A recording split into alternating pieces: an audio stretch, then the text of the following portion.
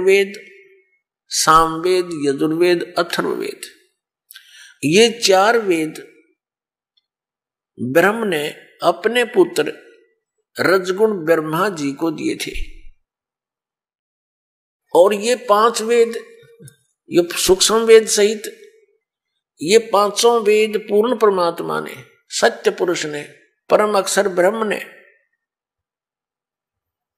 इस ब्रह्म के अंदर, ज्योति निरंजन के अंदर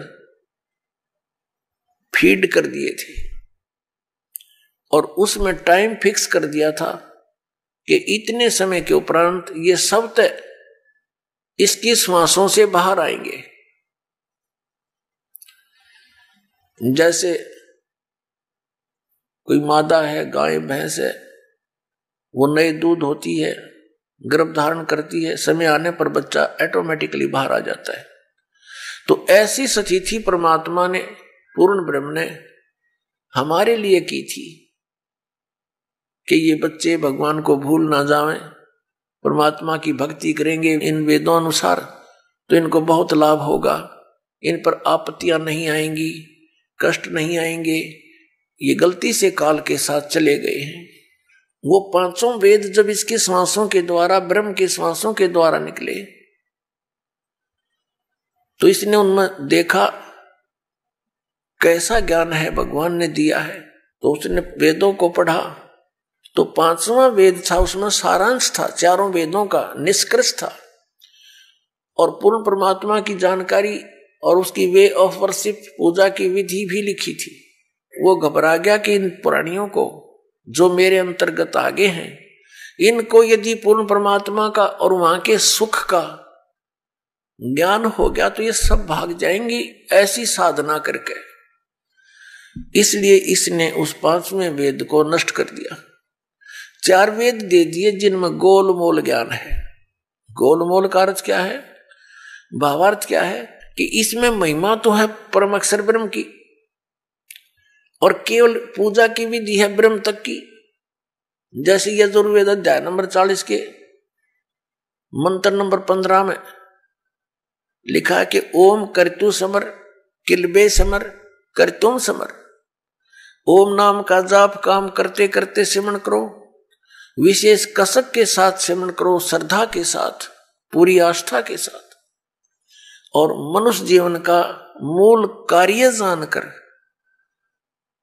ओम नाम का स्मरण करो। ये ओम नाम ब्रह्म का, और महिमा इसमें बता रखी है, परम अक्षर ब्रह्म है जिसकी पूजा से पूर्ण मोक्ष होता है। उसके ऐसे चिन्ह हैं, वो ऐसी लीला करता है। अपने आत्मा दास के सत्संग में मुख्य तौर पर 3 ब्रह्म होते हैं। 3 ब्रह्म यानी 3 प्रभु, 3 पुरुष। एक सरब्रह्म, एक अक्षर ब्रह्म, एक परम अक्षर ब्रह्म। दूसरे शब्दों में एक सरपुरुष, एक अक्षर पुरुष और एक परम अक्षर पुरुष। तीसरे शब्दों में ईश्वर, परमेश्वर। ये 3 मुख्य प्रभु हैं।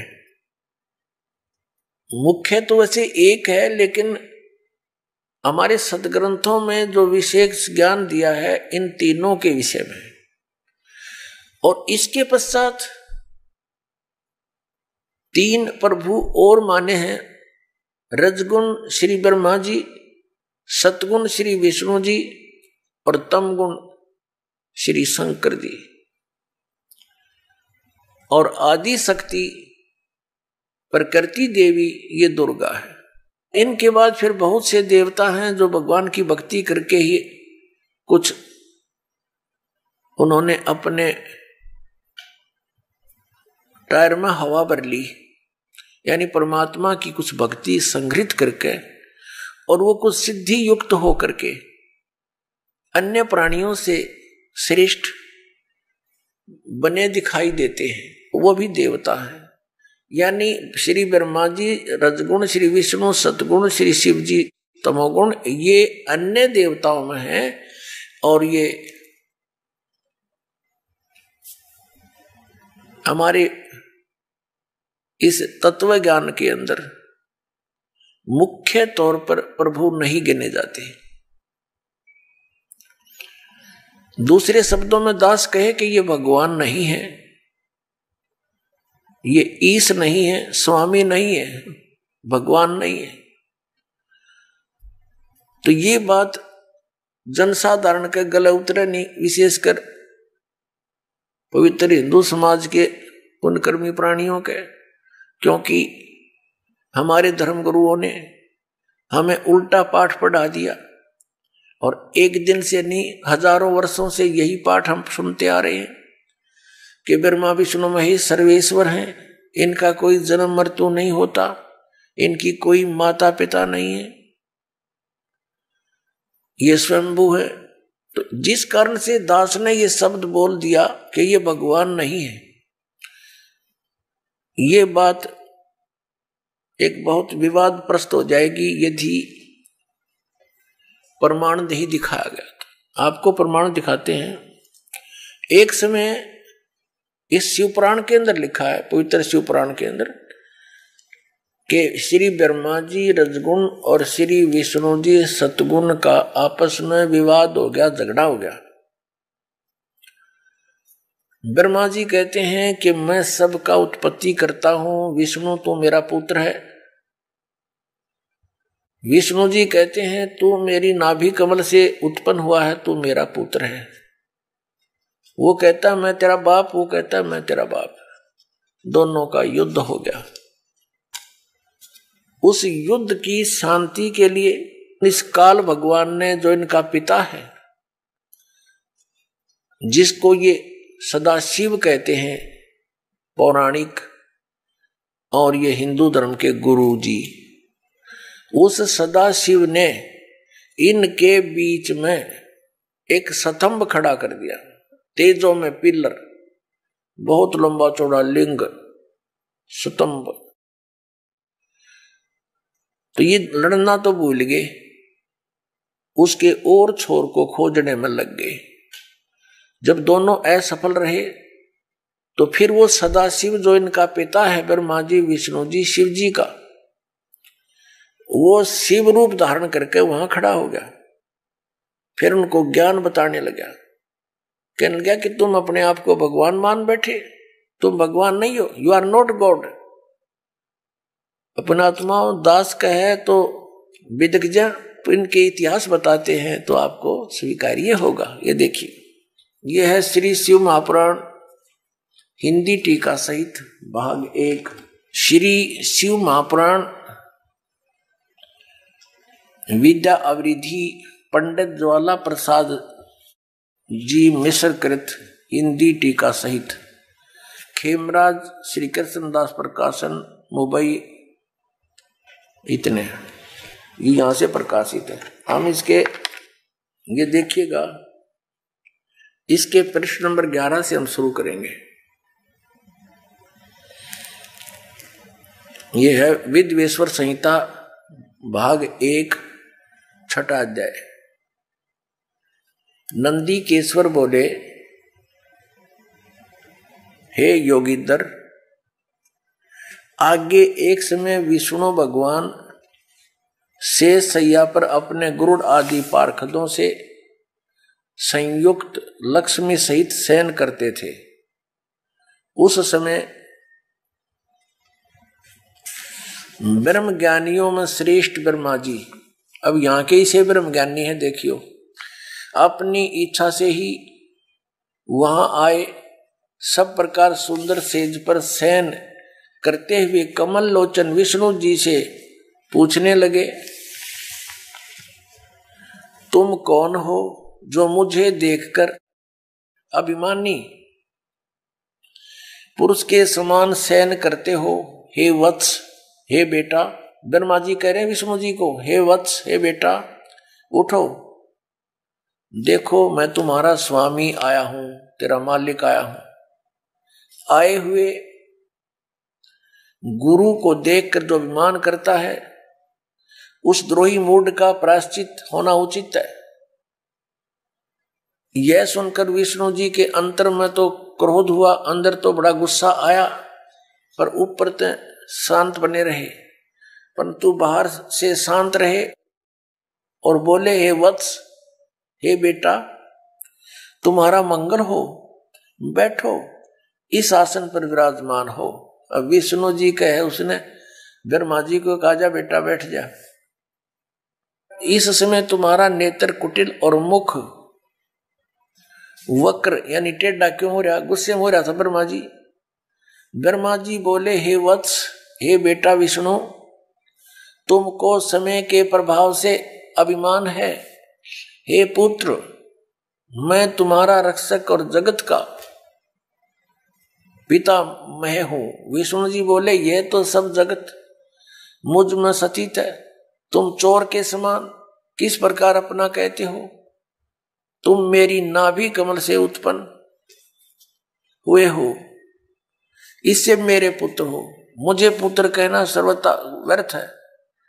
नंदीकेश्वर बोले, इस प्रकार ब्रह्मा विष्णु दोनों ही रजोगुण से मुग्ध होकर विवाद करने लगे।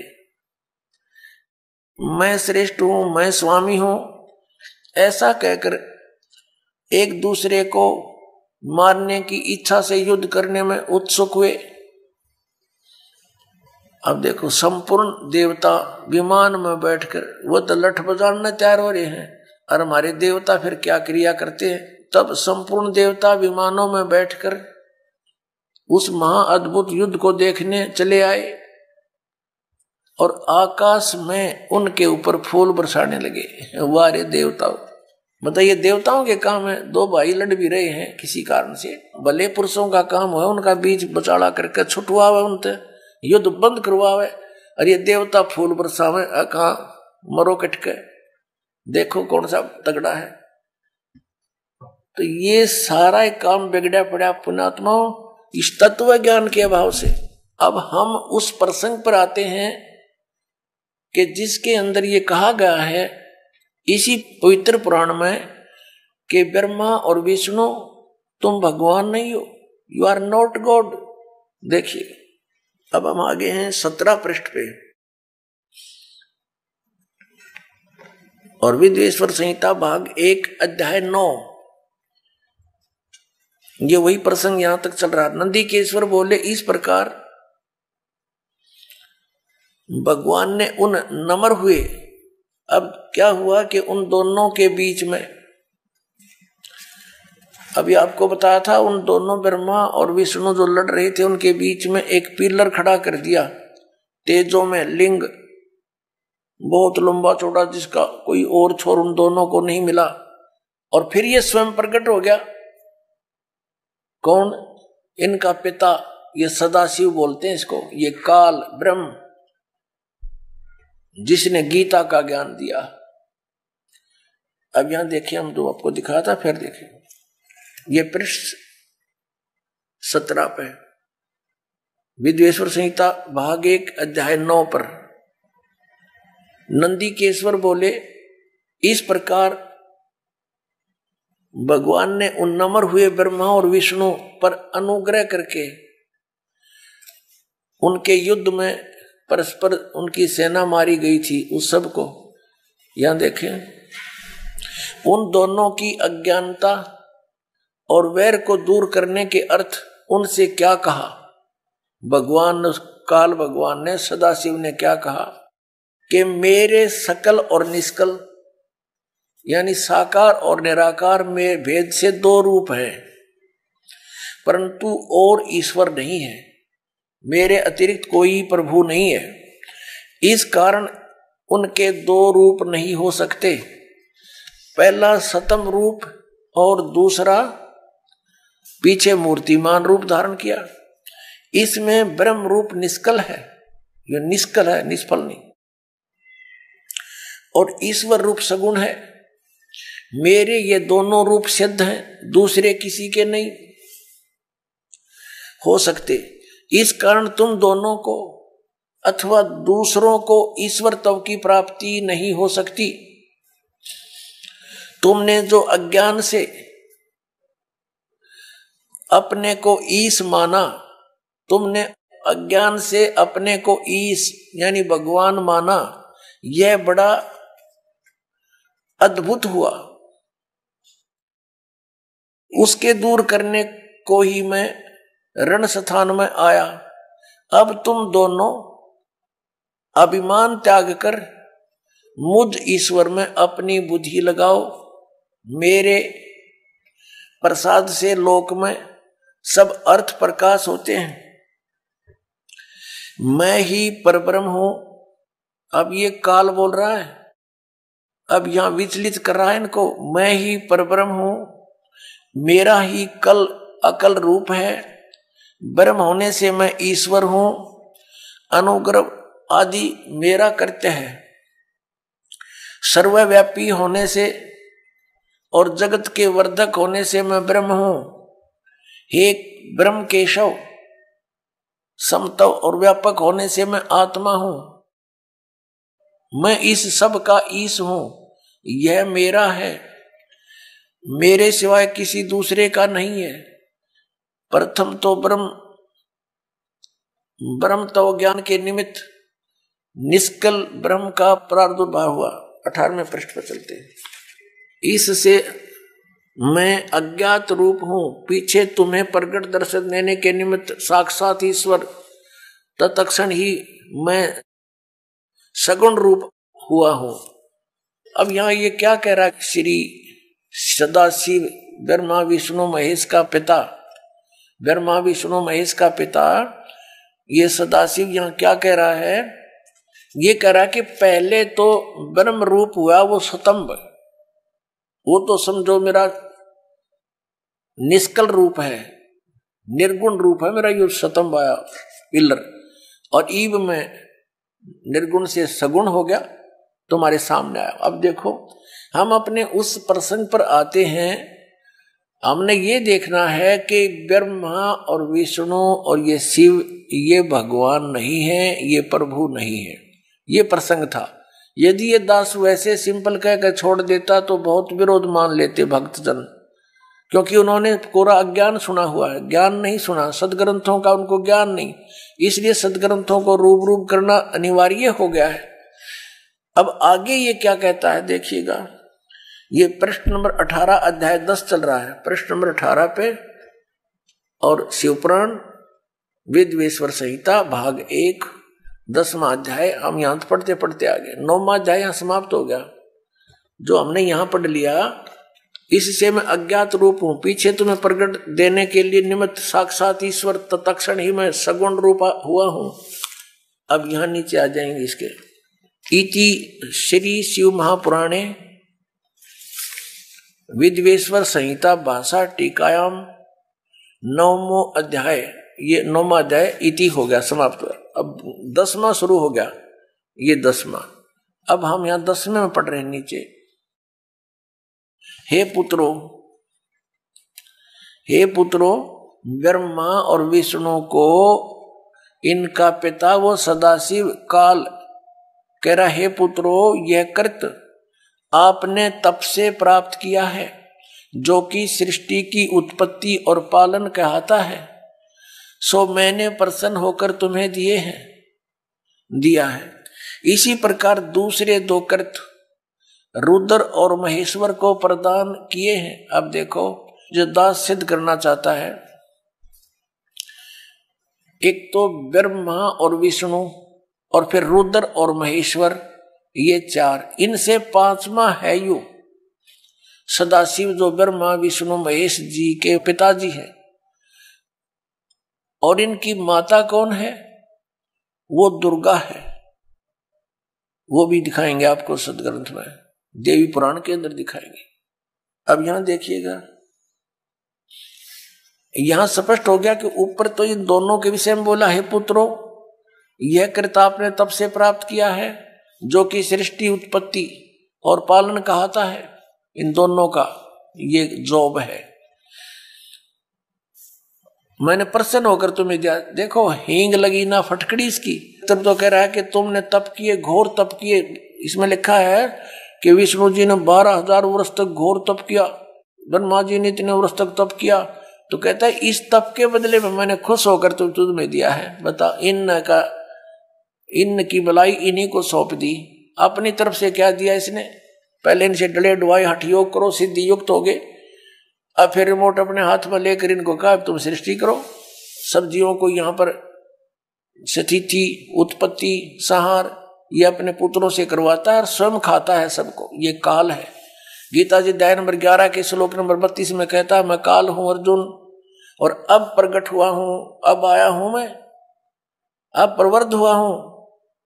और श्री अर्जुन जी पूछ रहे हैं कि हे महानुभाव आप कौन हो? मैं आपसे परिचित नहीं हूं। अरे अर्जुन का साला था श्री कृष्ण और उससे अपरिचित हो गया इतनी जल्दी? क्योंकि वो श्री कृष्ण था ही नहीं, श्री कृष्ण में प्रवेश वो काल था। और जब बाहर निकल कर देखा तो उसका इतना रूप हो बाहर निकल गया उससे, जब विराट रूप दिखा श्री कृष्ण तो ओझल हो गया, दिखाई भी नहीं दे रहा था उनकी रोशनी के अंदर। और अर्जुन कह रहा, पूछ रहा आप कौन हो? मैं आपको पहचान नहीं पा रहा हूं। तो वो काल था। वो कहता मैं काल हूं और सबका नाश करने के लिए अब प्रवृत्त हुआ हूं। तो ये इनका पिता है। और वो क्या कह रहा है कि ब्रह्मा और विष्णु तुम्हें दो जो कृत जॉब दिए हैं, तुम्हारे को दो विभाग दे दिए। एक तो उत्पत्ति विभाग, रजोगुण विभाग से उत्पत्ति होती है, ब्रह्मा जी को रजोगुण युक्त कर दिया और विष्णु जी को सतोगुण युक्त कर दिया, और तीसरे अपने पुत्र को तमोगुण युक्त कर दिया, अपना स्वरूप बना लिया। कहते सदाशिव कहता है जब ये खड़ा है कि मैं इन्हीं के रूप, ये मेरे ही स्वरूप में है। और ये कैसे छल करता है? जब किसी को विष्णु रूप में दर्शन देता है तो उसमें अपना विष्णु रूप धारण कर लेता है और उसी विष्णु रूप में संबोधन करता है, तो उस कारण से विष्णु पुराण बन गई। और जिसमें इस शिव रूप में धारण करके किसी को ज्ञान दिया है तो उसके आधार से शिव पुराण की रचना होगी। ये है वो काल जो कहता मैं कभी अपने ओरिजिनल रूप में किसी के समक्ष नहीं होता, मेरे कर्म और जन्म अलौकिक हैं। गीता जी के अध्याय नंबर 4 के 5 और 9 में इसने स्पष्ट किया है। और साथ में कहा है कि जब धर्म की ग्लानि होती है मैं अपने अंश, अपने आत्मा, अपने अंश अवतारों का सृजन करता हूं, उनको यहां प्रकट करता हूं, भेजता हूं, उत्पन्न करता हूं, जैसे श्री राम, श्री कृष्ण आदि। आप देखिएगा नीचे, अब ये दास दो सिद्ध करना चाहता है कि दो तो ये ब्रह्मा और विष्णु हो गए, इस प्रकार दूसरे दो कृत रुद्र और महेश्वर को प्रदान किए हैं। दो अच्छी 4 हो गए ना, एक रुद्र एक महेश्वर, और 5वां यू बोलने लग रहा। अब आगे हम चलते हैं, ये प्रमाणित करते हैं। ये देखिएगा यहां पर, ये प्रश्न नंबर 19 है।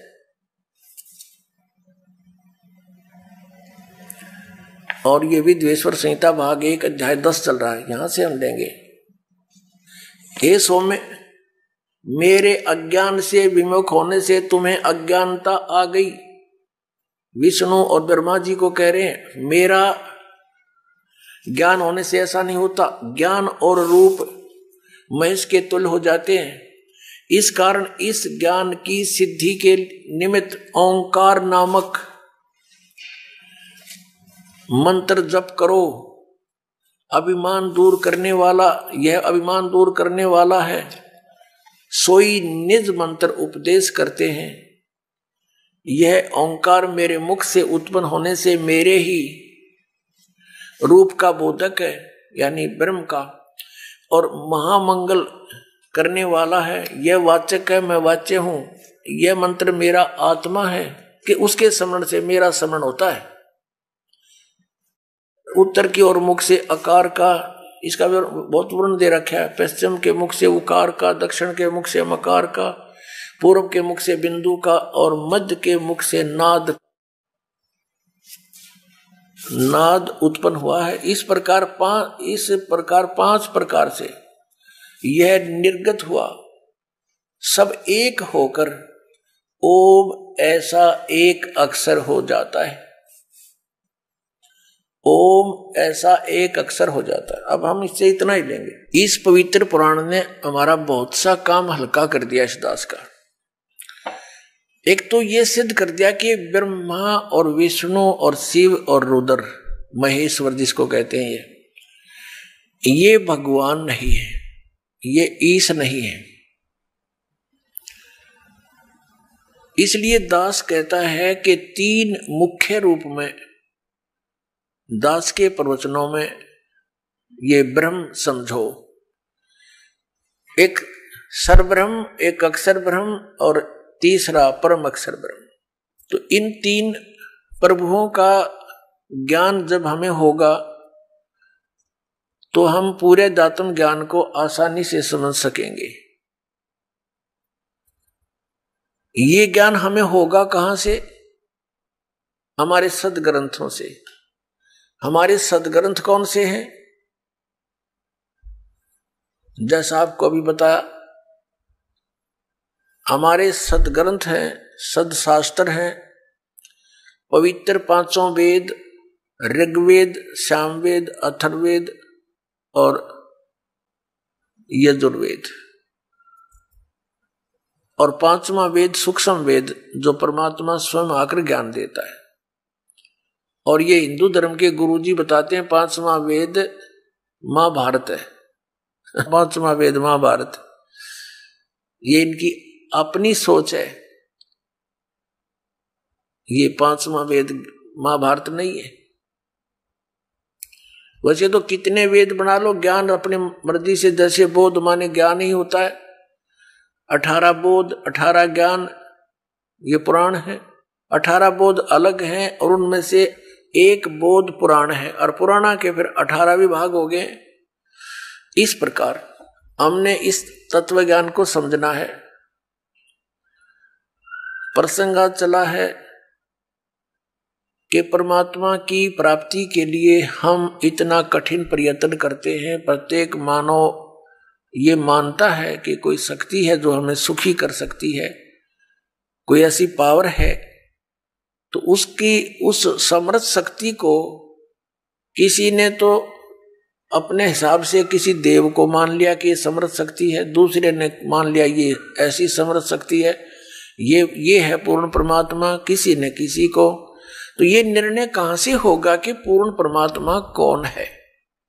जैसे आपके समक्ष श्री ब्रह्मा जी रजगुण, श्री विष्णु सतगुण, श्री शिव जी तमगुण, ये तो रिजेक्ट हो गई, ये गॉड नहीं है, ईश नहीं है, क्योंकि इन्हीं के इतिहास में लिखा है, इनके पिता ने बोला है, सदाशिव ने कह दिया। ठीक, अब ये सदाशिव कौन है? ये कहता मेरा एक ओम अक्षर है। ओम अक्षर किसका है? ब्रह्म का। तो ये ब्रह्म ही सदाशिव रूप में प्रकट हो गया। जैसे गीता ज्ञान देते समय इसने अपना वास्तविक रूप दिखाया श्री कृष्ण से बाहर निकल के, और इतना लंबा चौड़ा ऊपर तेज बहुत घड़ा इसके शरीर में, और इसके भयंकर रूप को देखकर अर्जुन जैसा योद्धा भी कांप रहा है और कह रहा है कि भगवान आप तो देवताओं को भी खा रहे हो, सिद्धों की सिद्ध भी आपके, ऋषि भी आपके सामने मंगल कामना कर रहे हैं, आप किसी को नहीं बख्श रहे हैं। तो 11वें अध्याय के 32वें श्लोक में कहता है कि मैं काल हूं भाई और अपरिवर्त हुआ हूं। श्री कृष्ण काल नहीं थे। श्री कृष्ण जी ने पहले कभी अपने आप को काल नहीं कहा, बाद में कभी उसने काल नहीं कहा, और उनके पास आकर के सब ग्वाल बाल गोपिकाएं तथा पशु पक्षी भी प्यार पाते थे। तो श्री कृष्ण काल नहीं थे, ये काल था श्री कृष्ण यानी विष्णु जी के पिताजी, जो इनको भी यहां अज्ञान से परिपूर्ण करके रोके हुए हैं। अपनात्मा उस कौन से परमात्मा की हम भक्ति करें, इसका निर्णय हमारे सदग्रंथों में। सदग्रंथ आपको बता दिया, ये 5 वेद और इन 4 वेदों का निष्कर्ष संक्षेप श्रीमद् भगवत गीता में इस ब्रह्म ने ही बोला है, जो अभी विष्णु और ब्रह्मा जी को कह रहा था कि तुम ईश नहीं हो, तुमने अपने आप को ईश मानकर, कर्ता मानकर बहुत भारी गलती की है, बड़ा अचरज किया है, असंभव बात की है तुमने, कही है तुमने, तो ये भगवान नहीं है, ये तो क्लियर हो गया। और ये गीता ज्ञान दाता यही है, ब्रह्म है, सरपुरुष है, श्री कृष्ण में प्रवेश करके बोलता है। ये स्वयं कभी किसी के समक्ष नहीं आता, इसने प्रतिज्ञा कर रखी है। श्रीमद् भगवत गीता अध्याय नंबर 7 के श्लोक 24 और 25 में यही गीता ज्ञानता था। ये ब्रह्म, ये काल, सदाशिव जिसको कहते हैं, ये कहता है कि मैं कभी किसी के समक्ष अपने वास्तविक रूप में नहीं आता।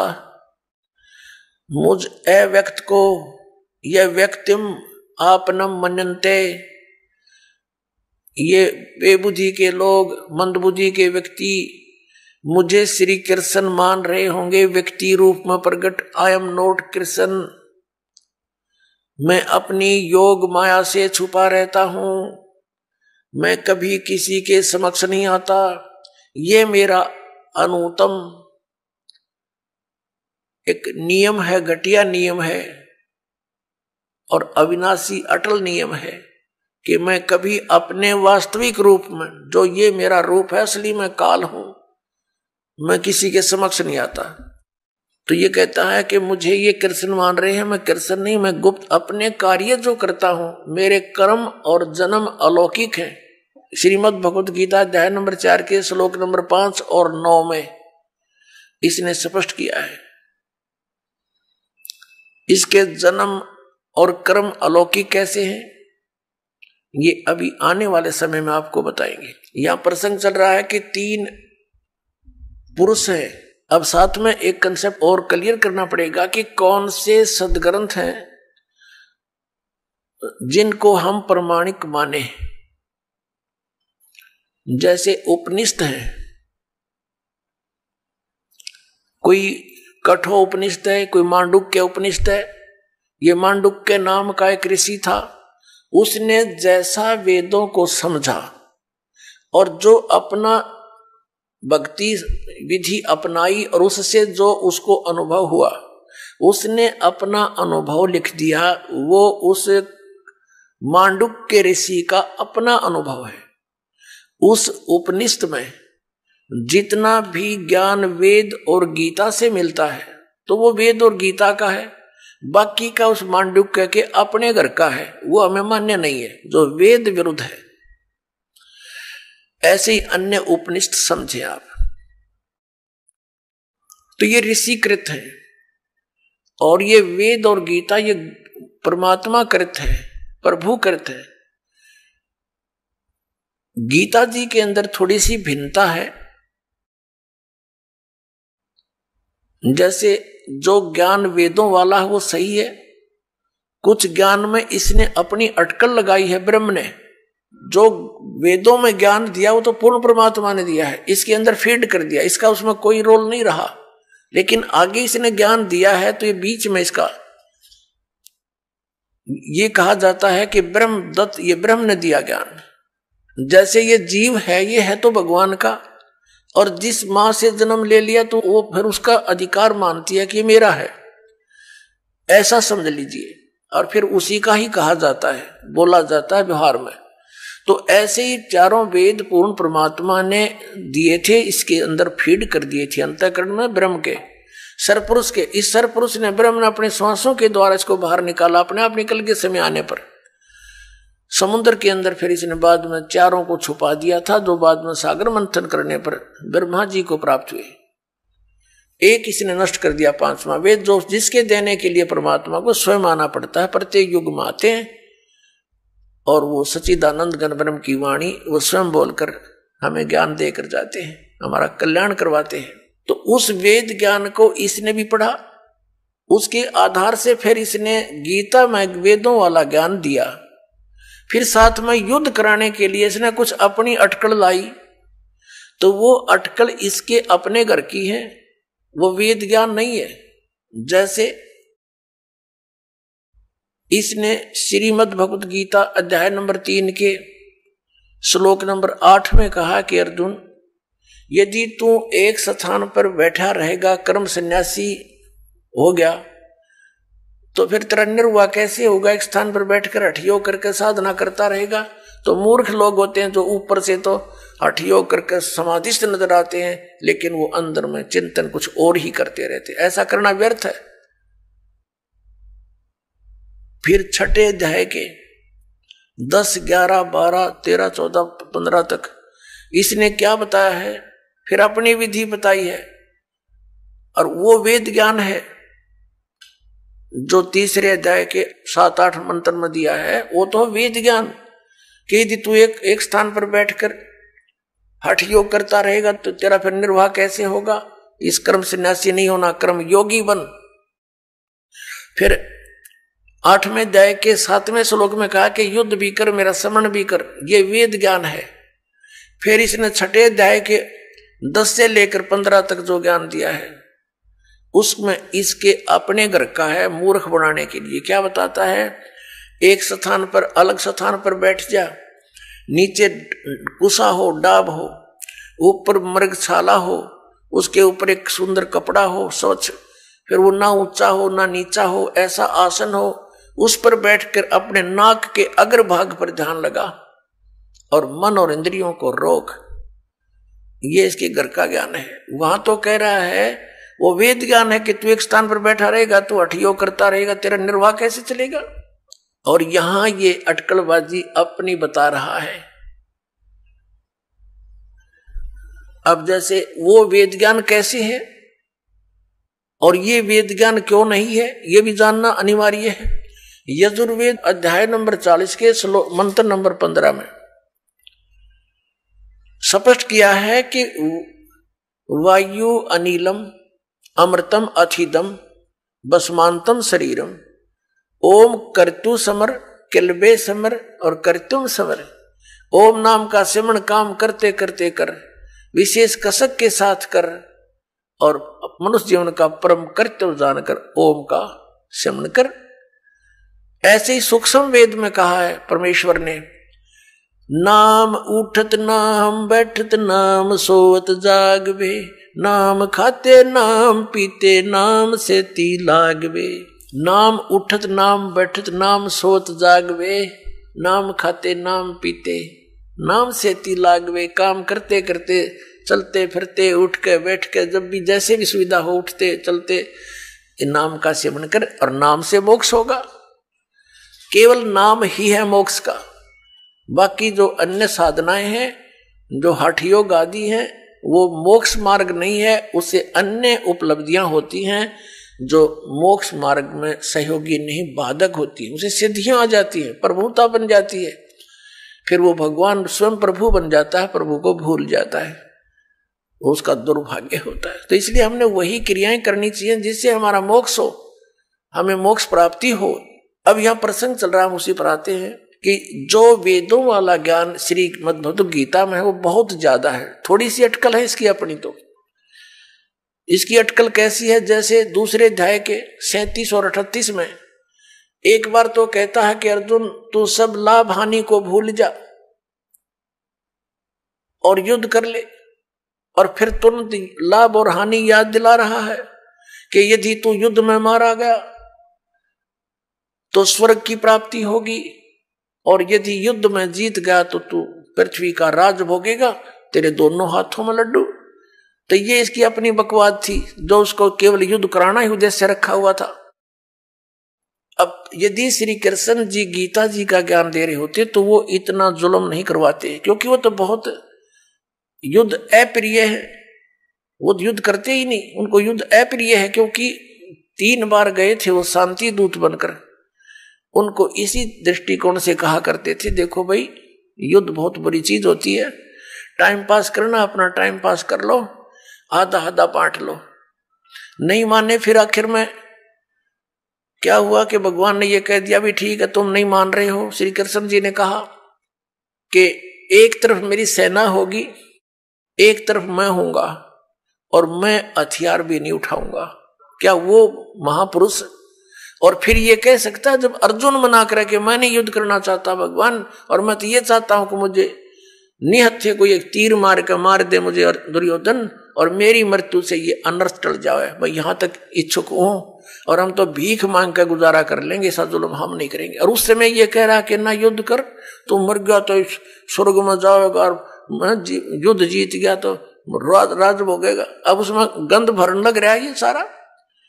जब ये नहीं माना तो उसको ज्ञान देने लगा, ज्ञान के भी प्रश्न उत्तर करता रहा। अर्जुन सोचा था इससे पीछा छूटा, किसी तरह यो मन बख्श दे।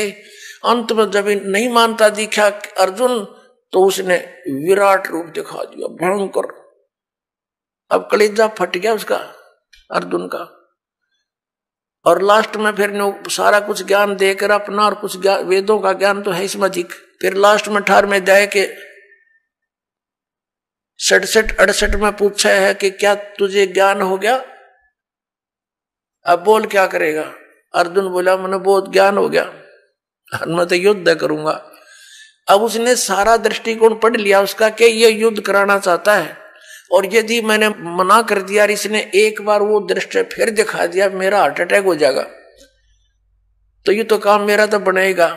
इसलिए अर्जुन ने कह दिया ठीक है भगवान, जो आपकी आज्ञा होगी वही करूंगा, और नाश करा दिया। अब हम आते हैं उसी निष्कर्ष पर, अपने आज के विषय पर। आज का विषय है कि हम परमात्मा की खोज में लगे हैं, और जाके ऊपर एती बीती, और कैसा है वो देश।